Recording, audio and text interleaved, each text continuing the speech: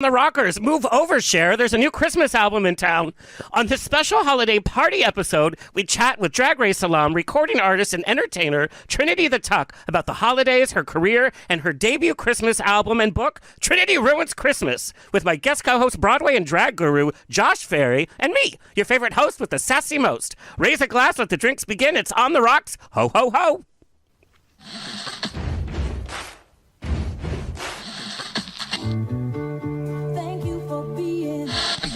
Life is a banquet, and most poor suckers are starving to death. I'd like to propose a toast. This is On the Rocks with Alexander, where I drink with your favorite celebrities as we talk about fashion, entertainment, pop culture, reality TV, and, well, that's about it. So pop a cork, lean back, and raise a glass to On the Rocks. Fasten your seatbelt. It's going to be a bumpy. Lordy, lordy, lordy. Buttons and bows and pantyhose on the Rocks podcast, the place where we're too glam to give a damn. Follow us on Instagram and TikTok at On the Rocks on Air, and on Facebook, On the Rocks Radio Show. Send me an email, book me for a pride, wedding, funeral, quinceañera, bris. I don't care. I'll show up. Info at ontherocksradioshow.com. Also send us your guest questions. We got tons of questions today. The show's presented by Straw Hat Media. You can watch and or listen to our now over 330 episodes at ontherocksradioshow.com for free. You can watch us on Apple TV, Roku, Amazon Fire TV on the Outlet.tv app, Facebook Watch, streaming with pride on SVTV, and on Channel 31 in Boston. We proudly tape at UBNGO Studios, your one-stop place for podcasting. Okay, let's get the show on the road. We got some ho-ho-hos to fulfill. Returning to On the Rocks, Josh Ferri worked in the Broadway community for 12 years before moving to California. He began his career as a press agent for musicals like Spring Awakening and Xanadu, as well as the Public Theater. He then joined the team at Broadway.com before launching editorial content for Broadway Box, where he served as an editor for over 6 years, creating the popular and viral YouTube series Dancing Through My Resume, Broadway Bucket List, and 20 Questions in 2 Minutes. And as a drag queen newbie performing as Norma Lee High, he won his first drag competition ever for Season 3 of Vanity's Drag Star Challenge in Palm Springs, and he has since been appearing around Southern California. Please welcome back to On the Rocks, Josh Ferri. Hello, Joshy Poo. Cheers, sweetie. Cheers. Cheers. Okay, so, we're drag-tastic today. So I want to know, you literally are a porn newbie in this last year. What have you learned about drag now being behind the wig, so to speak? My goodness, so much. I think the biggest takeaway, it's actually impossible to say. There's been so much in this last year to learn. I think more of the process of getting into drag and what that's actually like. You don't just kind of appear there ready to go. It's more than the physical transformation, there is a mental transformation that happens too. And that part I wasn't expecting as much. All right. And you've been going at it. You've been going through like 1 performance a week to like 4 performances a week. And that must be exhausting too. I mean, it's very thrilling. That kind of was the goal. I remember when I first started and I was like doing the contest once a week and being like, oh, I think the goal out here would be to do it 4 to 5 times a week in Palm Springs. And now, after only doing it for 6 months, very luckily, I've been embraced by the community there and been busy. It's been fun. Well, we love Norma Lee High, and she is Norma Lee High. All right. There she is. She's gorgeous. All right. Well, let's bring on the lady of the hour. Trinity the Tuck, formerly known as Trinity Taylor, is a drag performer, recording artist, best known for competing in the 9th season of RuPaul's Drag Race, one of the winners of the 3rd season of RuPaul's Drag Race All-Stars, and also appearing in All-Stars 7 because she can't get enough Drag Race. She has released a chart-topping album, Plastic, starred in various music videos, Hello Taylor Swift's You Need to Calm Down, and has hosted a drag series, Love for the Arts. She is currently one of the 6 faces for Serve Vodka, and I've had all 6 faces, by the way. And she continues to perform all around the globe, currently touring with the Drag Queen Christmas Tour, and just in time for the holidays, she has released her first Christmas album, a musical retelling of A Christmas Carol titled Trinity Ruins Christmas, and it has drag royalty Alaska Thunderfuck, Ginger Minj, Manila Luzon, Aria Cassadine, Kylie Sonique, Love, and of course Jimbo.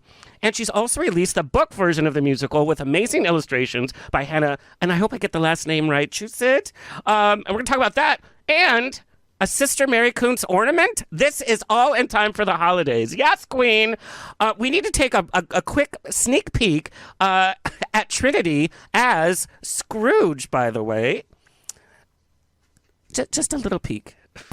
I'll take your presents, I'll snatch your ham, I'll eat your cookies and take your man, I'll clog your chimney, I'll steal your tree, I'm vicious, don't mess with me.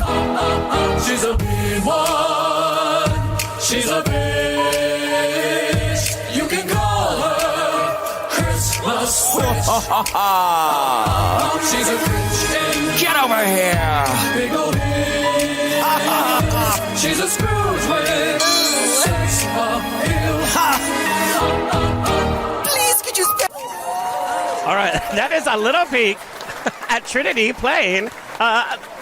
Getting a little Scroogey up in here for Trinity Ruins Christmas, but Christmas is not ruined, and it's a perfect gift for anybody that loves or hates Christmas or loves or hates Trinity. Please welcome Trinity the Tuck.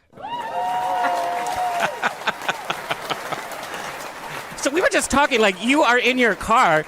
You are a nonstop bitch. Like, you are just entertaining. You never get a break. Oh, girl, any moment I get, I am literally trying to do what I have to get done around the house. Right now, I'm home for literally, I leave tomorrow again to go back to tour. And I have to get stuff done. Errands, pay bills, laundry, even a drag superstar has to be a housewife when she is home. I love that. That's the crossover we need. Real Housewives and Drag Race. Like, where is that crossover? I would love to do that. So let's pitch that. Yes. You can be the narrator of this season. There you go. Are you listening, Andy Cohen? Okay. I want to go back in time a little bit. How does a fabulous little boy from Alabama get through being raised in conservative Alabama in a family of Southern Baptist to the workroom? How does a little boy get through that? Well, I think a lot of alcohol, drugs, and sex, even at 13. I'm totally kidding. Any of that. I was a good kid. No, I think it's just like my story is just like most queer people. We have to just get through our childhood. When you don't have an accepting family, or you grow up in a very religious home like I did, you just have to get through it. And I just wasn't sure the direction my life was going to take once I got on my own at 18. But when I found drag, I immediately knew that was my path, and I just followed that. And it's just snowballed into the monster that you see today. The fabulous monster. You've talked openly about how you were raised in a lower middle class household, maybe didn't have the most money. What did that teach you about life now that you look back as the successful queen making the coins? I think the biggest thing is to be grateful for what you have, and cherish memories, experiences, and people more than physical things. And I try to continue to do that. I have a very close-knit group of people that I surround myself with, and I cherish that more than any car, money, or gift, for sure. What was that first kind of spark, entertainment-wise, that kind of inspired you to be like, you know what, I want to get into this business? Was it a movie you saw as a kid? Was it a music video? What was that? I actually didn't think about drag or becoming an entertainer of any sort when I was a kid. I thought I was like, I'm going to grow up and I'm going to be a zoologist. That's what I was like. Oh, I love animals. I'm going to be a zoologist. Had no idea what that meant. I just had heard it before. It sounded fancy. And when I found drag, I was like, there's no way I would ever do it. It was like when I first turned 18, I went out and I saw a drag show and I was like, ew, I hate this. And one of my friends that was with me was like, you need to do it. You're like skinny and you'll be pretty and you'll do good. And I was like, I don't want to do that. And then they dared me to do it. there was a talent show for a Thursday night, and I did it, and I lost, and I did it till I won, and from there on, I just loved it. I just love that your first reaction to drag was like, nope. Yeah, no, seriously, there's just no way. This is, because, you know, when you grow up in a very conservative household and in town, and those kind of things are like kind of in the back of your mind. You're already, even being part of the queer community, you're already judging other people based off of how you were raised and what you were taught. And so that's what I thought. I thought all drag queens did drugs and alcohol, and, you know, that could be true to some, but it's definitely not true to all artists. It's an art form. Oh, this gentleman's in my video. I'm sorry.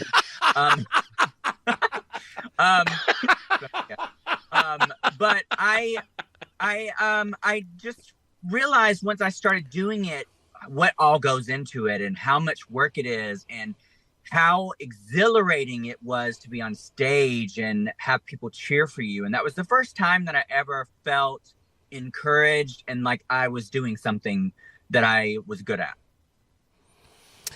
Trinity, you talked about starting as a competitor. Have you always been competitive?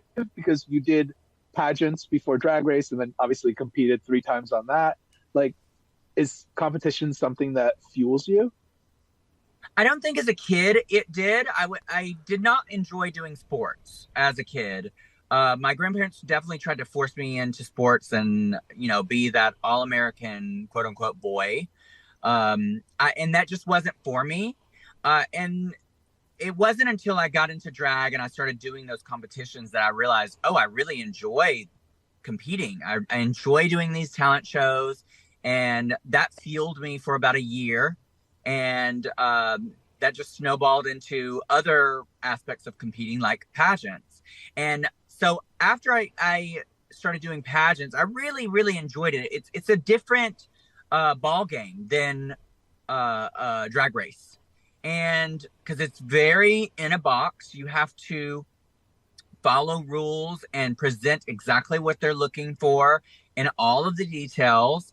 And so that was fun for me. It took a lot of discipline to get yourself to that expectation that the judges are looking for in each pageant. And each pageant's looking for something different. So it made me search through myself to find different aspects of what they were looking for. And that's what really made me polish my drag. And so when I got to Drag Race, I was definitely competitive because I was already groomed to be competitive. I was ready. I loved it. Trinity, I wanted to comment. Your mother is beautifully memorialized as a victim of AIDS in Madonna's tour on screen. How did that come about, and what does it mean for you to be able to share your mother in such a big way? Well, I had posted maybe a year or two ago on my social media about my birth mother dying from complications of HIV/AIDS. And there is an Instagram called the AIDS Memorial that contacted me and asked if they could repost my story onto their Instagram because they post, that's all that they do. They repost memorialized pictures and stories so that it could be inspiration or so people don't forget those that have died from this disease. And when Madonna was creating her tour, I assumed that her team contacted this Instagram to get in touch with all of these people because she wanted to use their stories to also memorialize through her tour. And I was one that was asked to be part of that for my mother. And so I, obviously was so grateful to have that put on her tour because that's such an amazing thing to be part of. And to have my mother's memory out there for those to see was very heartwarming and very, I'm very grateful to Madonna and her team for asking me to have that story put on there. That's just so special. Like, it literally gives me goosebumps. Yeah, Okay. just the video clips. It was amazing. What like all of these photos just blown up, huge for everyone to see. And there's a lot of young people. Madonna crosses over generations and generations of people, and she has very young fans too that go to her concerts. So for a lot of people that didn't live through the AIDS crisis and that may not even know anyone who has died from the disease, got to see what that really was like during that time. Because now it's a little different. The disease is much more manageable. And yes, we still have it around, but it's much more manageable. It's not like it used to be. And so for people to see it was a huge epidemic, and something that affected so many people's lives, not just those who died, but their families and their friends and their loved ones and the world. And so it was very emotional the first time I saw the clips of just all of these people whose lives were cut short. And it was just amazing that Madonna did that in their honor. What a special thing to be able to share. Okay, we're going to do a little holiday quickie. Trinity, what's your favorite holiday tradition? I think my favorite holiday tradition is buying gifts for people. I love gift giving. That's my favorite thing to do. I don't love getting gifts as much as I love giving them. And I just like the excitement of it all, wrapping presents and having people unwrap the presents and seeing their face light up when they get something that they wanted and maybe something they didn't expect. Like Trinity Ruins Christmas under the Christmas tree, right? Oh, I mean, definitely get that. The book is amazing. Well, I'm sure we'll get into that. Oh, yes, we definitely are. I've been tagged so many posts that fans have bought and just love it. Yes, absolutely. Your favorite holiday song and your least favorite holiday song? My favorite holiday song, obviously, like, you can't go wrong with Mariah Carey. I mean, outside of my music, of course. Yes, of course. But if we're talking about mainstream, I would say Mariah Carey's All I Want for Christmas is number one, obviously. My least favorite, I hope I don't get stormed by her fans, and I absolutely love her, but I'm not a huge fan of the viral Lady Gaga Christmas song. I feel like it's so corny. I don't know. I don't like it. Girl, her monsters are going to come for you.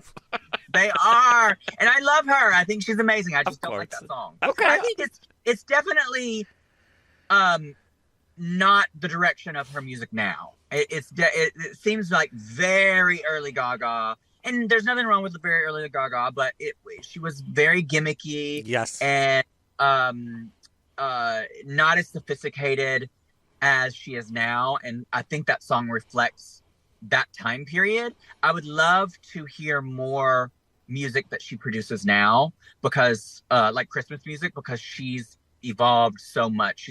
She's an amazing artist. I mean, that's a very fair point. And as artists, we all evolve. Like we all change. Jazzy Gaga? Yeah. Jazzy Gaga. Yes.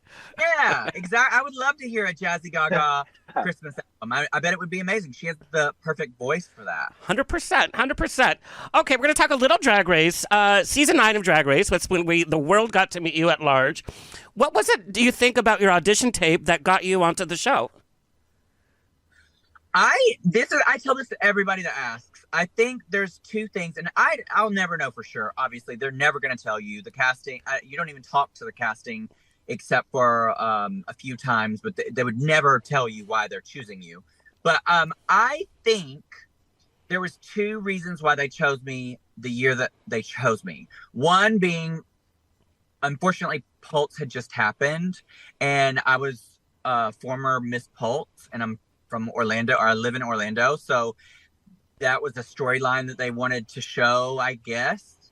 And then two, I had beaten Alyssa Edwards and Eureka in a national pageant the year before, And that was definitely brought up in season 9, especially with Eureka. Yes. So I think those two things were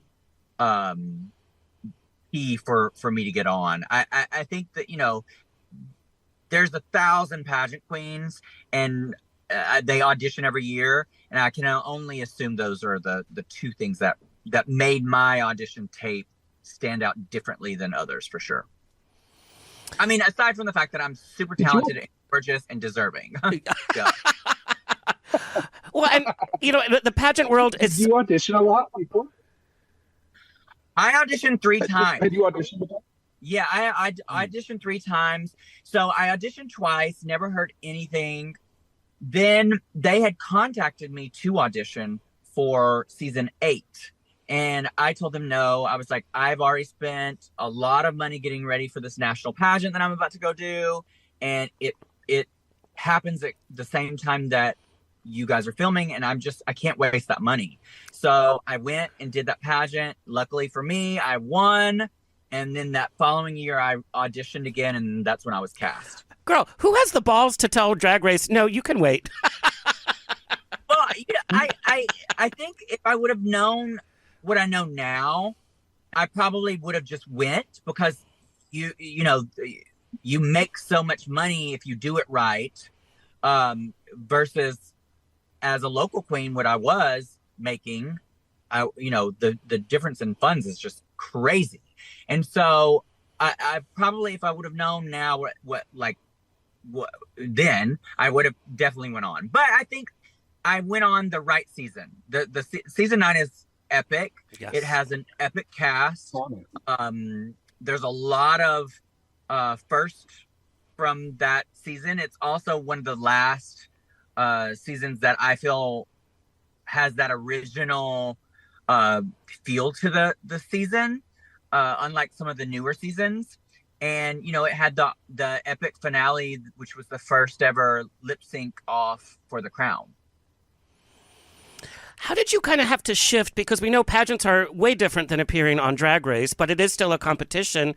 What did Drag Race filming that first season, what did that teach you most about the industry? And how did you kind of have to shift from the pageant competition to this type of competition? Going in, I thought, I'm really polished. I am good at competitions. I'm immediately going to win. I was like, I'm going to win. And when you get there, it's totally different than a pageant. It's not a pageant at all. They're not, yes, they want polish, but like, for instance, they cast certain girls who aren't as polished, who they love. And so it's not necessarily about that. It's about your journey. It's about what you offer as an artist and how that fits into competition. And I had to adapt quickly, or, I wasn't going to last very long. So I tried not to take myself too seriously in the challenges, specifically with comedy, because I knew that if I did, I would be standing in my way.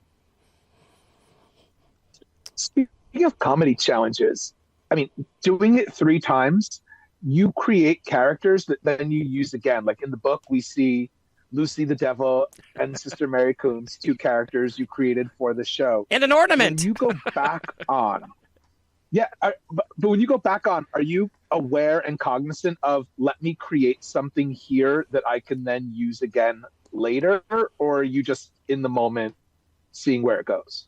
Definitely in the moment. I'm not one of those queens that tries to have like a catchphrase or a gimmick that I'm gonna use later on, because in reality you don't know what's gonna be catchy and what's not. And every single time that I've said something on the show, I never remember what I said afterwards. So like season 9, my big catchphrase then was, I call shade. Peppermint's confused. I'm confused. We're all fucking confused. Where are the jokes? When was that? Yeah, I think Where Are the Jokes was in All Stars 4. All Stars? I Live is in All Stars 7. So I don't remember saying any of that. And you don't see what's gonna live on with the fandom until afterwards. And so, Stanky the Starfish, my Sister Mary Kuntz, my Snatch Games, you just don't know what's going to connect with the audience until it does. And then, once that happens, your fans that you build based off of these things, they want to see again. And so I try to incorporate those every once in a while for different things. And so, yeah, I was like, with this project, I want to have a couple of hidden things here and there. In the book, in one of the scenes of the illustration, Stanky the Starfish is actually the star on top of the Christmas tree. And then the fairy of Christmas Present is based around my Leslie Jordan Snatch Game. Yes. So there's little hidden gems throughout the story of the musical and the book that you'll find from different seasons that I've been on.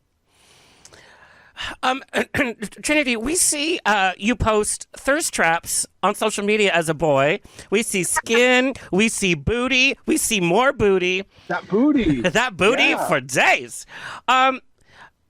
Did you, growing up in Alabama, did you ever have any issues in your mind dealing with the feminine and masculine parts of yourself? Definitely. I feel like I was very effeminate as a kid. And afraid of that, did not want that, tried to be as covert and introverted as possible, keep to myself so that way I didn't allow people to see that as much as possible. And because I grew up in a small town, we didn't even have a red light. It was like there was nothing. And my high school was small, and if you didn't play sports as a boy, if you didn't do cheerleading as a girl, then you were not popular, and people made fun of you. And so I tried to be in the shadows as much as possible because I was very tiny and effeminate, and I didn't want to draw attention to myself. It wasn't until, I moved out and got into the city of Birmingham, which is like outside of my hometown, that and connected with the queer community there, that I was actually able to start being myself. Okay, it's time for another little holiday quickie. Your favorite holiday food and your least favorite holiday food. Oh, my favorite holiday food is cornbread dressing, not to be mistaken by stuffing. Okay. And I not to offend either of you, but if you do stuffing at the holidays, it's disgusting. And, it is not the same. Cornbread dressing is a Southern dish that is delicious, and I love it. It's my favorite thing, with cranberry sauce. My least favorite holiday food would probably be fruitcake. I don't understand. I don't think anybody actually eats it. I've never met one person that actually eats fruitcake. I don't understand how that is good. No. Okay, the worst holiday gift you ever received. Worst holiday gift I ever received. I mean, it would probably have to be something as a kid, maybe like socks or something, because as a kid you want toys constantly. But I don't view presents like that because I just, it's not that big a deal to me. I don't look forward to people buying me gifts, and I actually try to encourage people not to. So I'm never really disappointed with gifts. But as a kid, maybe like definitely with like socks or something. But again, I grew up, very lower middle class. So whatever I got, I was thankful for. That was such a sweet answer. I mean, it's true. I'm never really disappointed with gifts, especially now. I can buy whatever I want. Right. So, if I get a gift that, it's the thought that counts. It really is.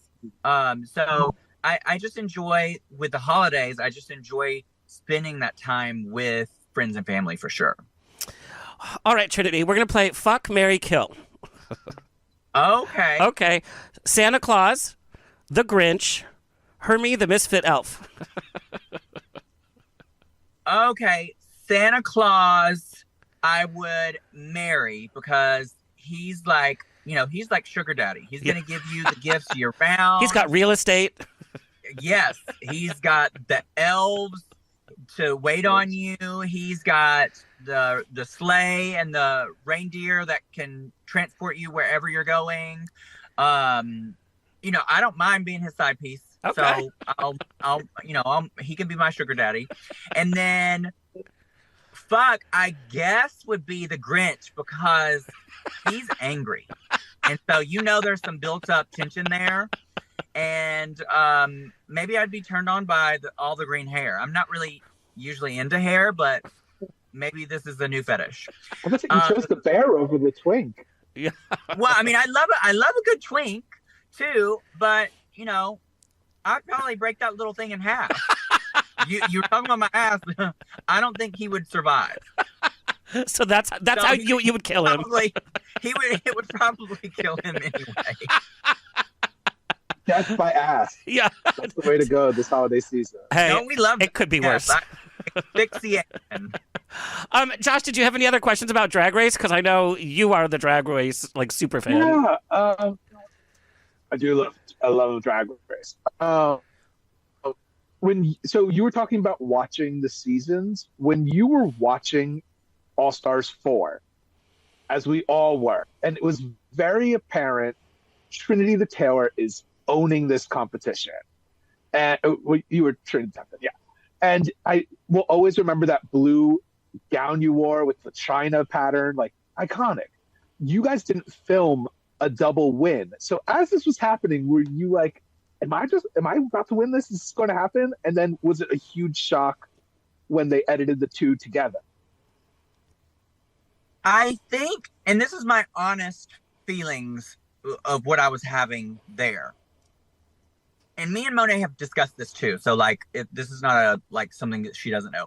I personally thought I was the sole winner. I felt like being there competing, I slayed the hell out of the season. You did? Because up until Manila was eliminated, Manila was, to me, my biggest competition. And when she went home, we had the same exact track record at that point, except for she was eliminated and I wasn't. So we had the same amount of wins. I was in the bottom once, she was in the bottom once, and so on and so forth. And so she got eliminated. After that, there was nobody else that was a clear front runner other than me. And that's not me being cocky. That's just how I felt. So going into the finale, I really felt like I was the winner. Now, the lip sync, I do, Monet is an incredible performer. So the lip sync, I knew she was really good at the lip sync. And I was exhausted at that point, like physically exhausted. So I wasn't sure what was going to happen with the crowning, because with Drag Race, you just never know. Like sometimes they'll crown the clear winner. Sometimes you think somebody's going to win and it's somebody else. And, after watching the season as a third party, Monet did much better than I had thought she had done, because you don't get to see everything because you're competing alongside, not watching. And so once I was watching the season, I was like, I don't know, because she was incredible. And so at the end, I feel like I beat her in the season, and I think she beat me in the lip sync. So I think the tie was very much warranted. And and at the moment, we both thought they should have just picked one of us. We both thought at that time she would have rather have just crowned me, and I would have rather them just crown her rather than the tie. But now looking back on it, we love it. We both laugh about it. We love it. It's unique.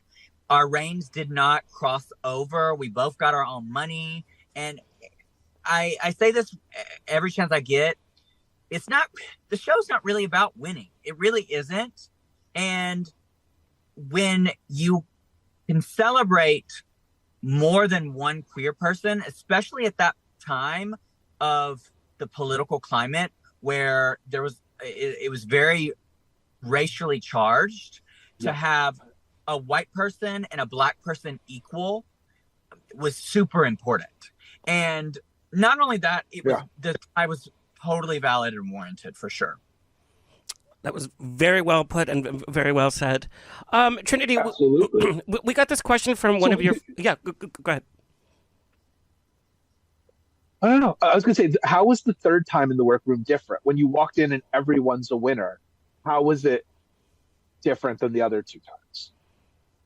Well, walking in, we saw that Jinx was there. We knew Jinx was going to be there. The Drag Race alum is quite small, especially with the winners. Like there's only a handful, so we all talk, and so we kind of knew who was going to be there. And so walking in, we all knew Jinx was going to win. One, Jinx is incredible. She is incredible and totally won All-Star 7, but also Drag Race, the production loves Jinx. So we already knew she won. So I think the pressure, and also that nobody was going home, the pressure of not going home and already knowing she's going to win, there's no pressure. So you go in more relaxed and ready to just have a good time and show what you can do. So the pressure was a little off. It wasn't as much tension. So it allowed all of us to just have fun with it, which I think translated to a better competition and made it more entertaining for the audience. 100%. Did you have the most fun on winners compared to the three? Absolutely. 100%. Because not only is there no pressure, you also know those girls more because you've toured with them for several years at this point, and it just was more fun. It was just there was no like outcast. There was no like fighting, not real fighting really, and so it just allowed us all to be the best that we each individually could be, and then the judges just had to choose each week from there. Trinity, we got this question from one of your fans. Do you ever feel overshadowed as a person by Trinity, the persona?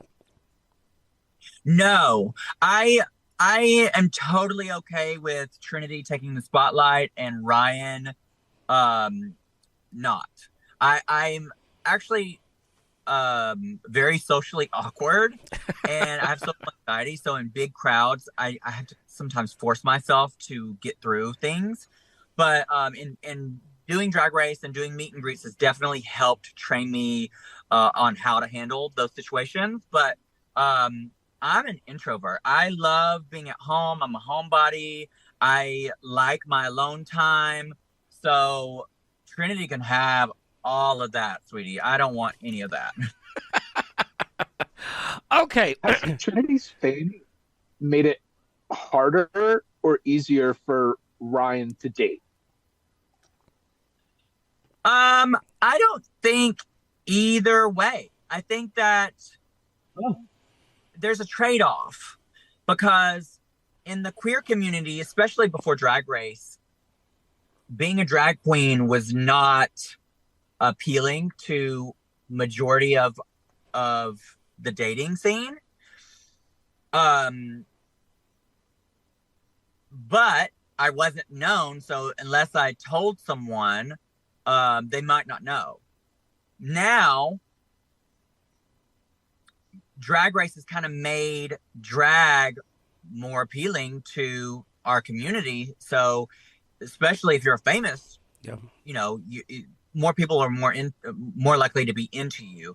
But with that, you have to look at people's intentions. Like, what is their intention? Are they interested in you because they're interested in you, or they're interested in you because of what they can get out of you or your fame or your persona?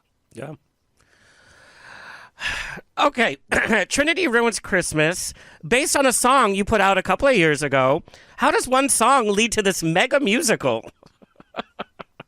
Funny, that's a great story. So with Christmas music, it comes around every year. And so a couple of years ago, I came out with this song called Trinity Ruins Christmas that was like a parody of The Grinch. And I was contemplating how we could revisit the song and make it fresh and different to re-release this year. And we were throwing out different ideas, and I was like, well, what if we made it a ballad? Because I just think it's so fun when a pop song gets turned around and becomes a ballad. One of my favorite examples of this is My Humps turned into a ballad by Alanis Morissette. One of my favorite, because it's so camp, but it's so serious. Yeah, I know exactly what you're talking about. Yeah, it's so good. And so I was like, well, maybe if we try to turn it into a ballad, it would be kind of cool. And then it turned from a ballad to maybe let's do it in a musical style. And then from there, I was like, oh my gosh, this sounds like it could be Scrooge. Yeah.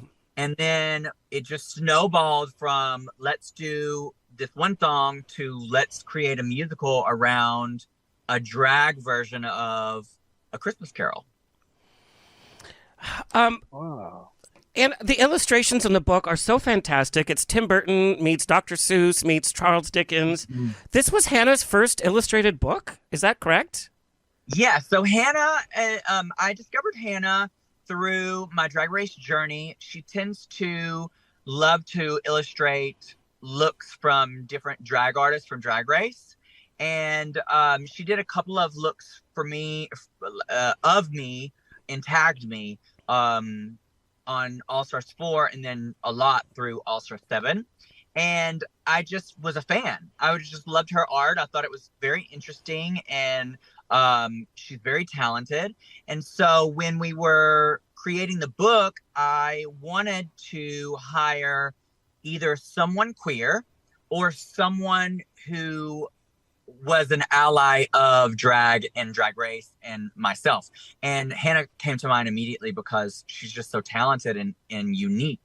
And her style lends itself to the story and what I wanted to convey. And what I did was I just told her, hey, look, this is the scene. I set the scene and I was like, go for it. You do what you think with these characters in this scenario. I really wanted her to have her own input as an artist, and was more of a collaboration than her just doing the artwork. But yeah, this is her first ever full book. Wow. But she's done a lot of illustrations for merchandise and for our artwork in general in the past. I have to tell you, the musical is so smart. The lyrics are, yes, they're hilarious, but it's so smartly put together. And the more you listen to the album, I mean, I've been listening to it on repeat. It has heart to it as well. It's not just drag queen musical. It does tell, a Christmas Carol story, but there's a lot of feeling to it as well. It's so well put together. What was it like finishing that and being like, wow, we made a musical album? Well, I had a fantastic team. Brew, the producer who helped with the album, put in a lot of work with this album with his team as well. He has a team around him, and he's fantastic. And I'm actually working on new music for the new year that will come out sometime next year because I just enjoyed working with him. And also Jason Snow, who helped edit my story, because I wrote the story and then he really, really went in and made it a full-on masterpiece. And together we just created this amazing book and album. And we had to do the book first before we could even do the album, because Drew needed a direction on what kinds of songs and what characters needed to be in each song to be able to tell the full story. And so a process. It was a big project and a big collaboration, and my team was just incredible.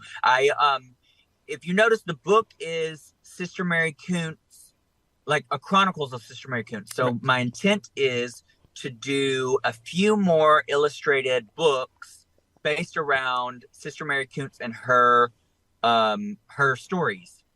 Oh, we're ready for that. Yeah, and it won't be all Christmas. I think this is the Christmas, one of her Christmas stories. But the thing about Sister Mary Kuntz is she's a nun, but she's not ever read the Bible. You know, this is a story that saying is biblical, that comes from the Bible. But that's what I love about her. She's like, she's delusional. She's delusional. So I can't wait to tell other stories, like maybe the true story of the Virgin Mary, or not so virgin. Yeah. Hello. Or maybe David and Goliath, or who knows what it's going to be. I love that. But it will be a great time for sure in the future. I want to share with the I imagine you have a pretty deep Rolodex of your Drag Race sisters. How did you decide who to call for this project? I've worked with Alaska on a couple of musical projects, and she's always fantastic to work with. And when thinking of God, I knew I wanted God to be in female form. And when I think of drag, I was like, who do I think is like God of drag? And that's, to me, Alaska. She's so multifaceted and talented and accomplished. And I just knew she would have fun with it. And I'm really good with friends with Manila. I wanted her on the project. I loved, this is another thing. So Jimbo's character in the musical is based off of her Snatch Game character. And so I immediately thought, when we were having Tiny Tammy, I was like, I want that based around Jimbo. So I immediately contacted her for that. And then, the other characters were, when we were thinking about who to cast, I wanted people that I connected with. I'm good friends with Kylie. I thought she did a great job as the young Trinity. And R.A.B. Cassadine, I've known for years and years and years in the pageant world. And I wanted to give somebody that was not a Drag Race girl an opportunity. And she's an amazing vocalist, and she has a lot of heart in her voice. And I knew she'd be perfect for In the Dark.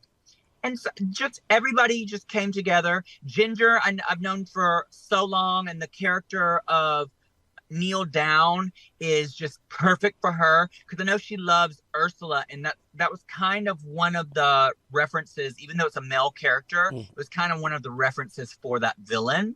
And I wanted her raspy attitude for it, because I knew she would be perfect. So everybody just fit perfect. It was just great. And Trinity, in other interviews, you've talked about one of your favorite tracks is Light in the Dark with Aria Cassadine. I just want to give the audience just a little snippet of this. And this is part of the heart that I'm talking about in the musical, because this song touched me. And I want the audience to hear just a little bit of Light in the Dark.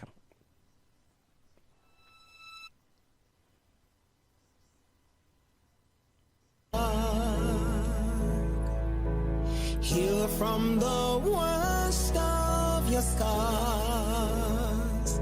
The sun will always shine after the rain. Love will always save you from the pain. So look for the light in the dark, 'cause it's never too far. Look at what you've been given.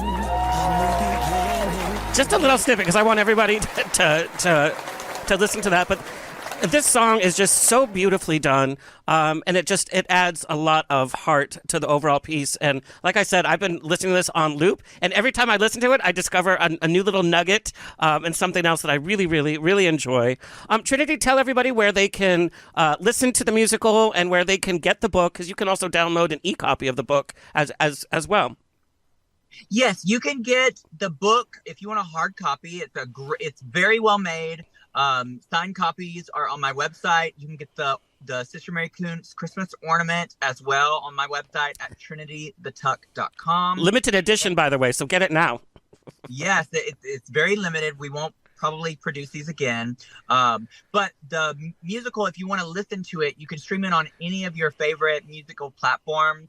It's on Pandora, Spotify, Apple, Amazon, all of your major musical platforms.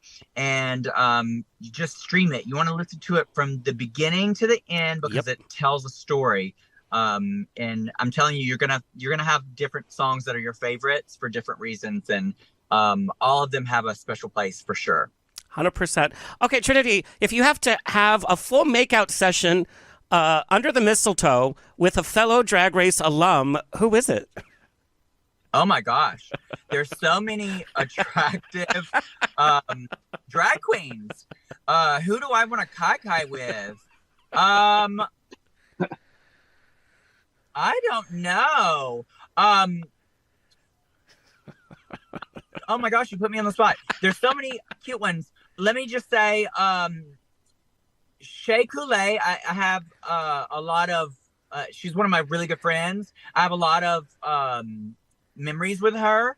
And so I have a good connection. And girl, she has big, beautiful, voluptuous lips. I bet you she is the best kisser and the best ass eater. So, Shea Coulee, I know that you and Dan are together, and if you ever need a sister to kai with, you heard it here first. I love that.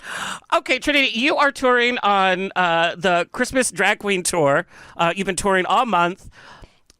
What's it like sharing a dressing room and traveling with these queens all over the place? Do you have any diva stories for us?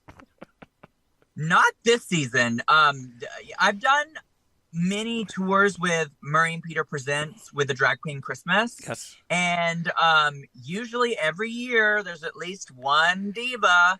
But this year has been so smooth. And I have enjoyed touring with all of these girls. I looked forward to touring with Crystal Method and Heidi in Closet the most because we just filmed a horror comedy in South Africa called Slay, right? Yes, it's called Slay. Slay, hey! And we'll be out this upcoming year on Tubi. Shoot, I can't. I'm blanking out right now. But just keep up with me on social media to find out where it's at. But I enjoyed them so much doing that project that I was looking forward to seeing them again on the tour because I hadn't seen them since we filmed, and it just so good. So it's such a good time with them. And I do believe Slay will be available on Tubi, right? Tubi, yes. That's. Thank you so much. All right. Before we go, Trinity, next year you turn a big age number. It's, to be celebrated. What do you want to accomplish in the next year before that birthday? I say this all the time. I have accomplished more than I ever thought as a kid I would. I never knew that I would have been able to travel around the world multiple times. I've been to every continent except for Antarctica. I, have met so many amazing people, fans, and done so many amazing things, movies, TV shows, music. It's just been incredible. I don't think there's anything else that I could say that I would ever want. I think that would be selfish of me, but I'm just hoping to just keep Trinity going and bringing her around the world with different projects, and whatever will come may be. And I'm always looking for a new adventure. So whatever new can come along. I love it. It has been such an absolute treat to get to chat with you from the intimacy of your car, by the way. I know. A girl's got to do what a girl's got to do. I love that, though. I absolutely love that. Josh, do you have any last questions for Trinity? I did. How is Trinity the Queen now different than Trinity that we met in season 9? I think that Trinity Taylor from season 9 took herself very serious because that's how she was cultivated in the drag community, and pageants make you take things very serious because it is serious.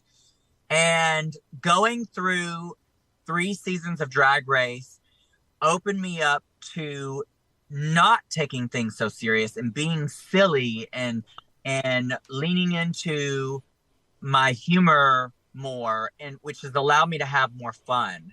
And I think that now I'm much more silly and much more multifaceted as an entertainer than I was on season 9. I love it. Trinity, where do you want everybody to find and follow you? You can find me on all my social media at Trinity the Tuck, and go check out my touring schedule and all the goodies on my website at trinitythetuck.com, and sometimes on Grindr. I love that. And I got to do these meet and greets. Well, you put the meat in meet and greets. I'll tell you that. Trinity, thank you so much. I hope you enjoy the holiday. I know you're super busy, and I know you're heading over the pond soon as well. Have a safe trip. And thank you for sharing so much with us, and thank you for giving us Trinity Ruins Christmas this holiday season. Oh, thank you both for having me on your show, and I look forward to talking to you again in the future. For sure. Thank you. Happy holidays. Happy holidays. And Josh, where can everybody find and follow you? Josh Ferri on Instagram, or my drag persona, Normally High, which I update with more often. Thank you. And I wish you were here in the studio with us, but you're visiting family on the East Coast. So happy holidays to you and your family. Thank you. All right, that's it. That was our holiday show here on The Rocks. It's always a grab bag of fun here every week. A big thank you to our engineer, Tony Sweet, and our social media clip editor, Alexis Mendez. And I just have to take this opportunity. I want to thank our audience. I know during the holidays we want to give special thanks to those around us. So I want to thank the audience for tuning in and keeping this show going. I really, really appreciate it. I wish a happy new year to everybody. And until next time, stay happy, stay healthy, stay sexy, and if you drink, stay tipsy. This has been another episode of On the Rocks. Tweet me and slide into my DMs on Twitter and Instagram at On the Rocks On Air. Find everything On the Rocks for free at OnTheRocksRadioShow.com. Subscribe, like, review, and share. Until next week, stay fabulous.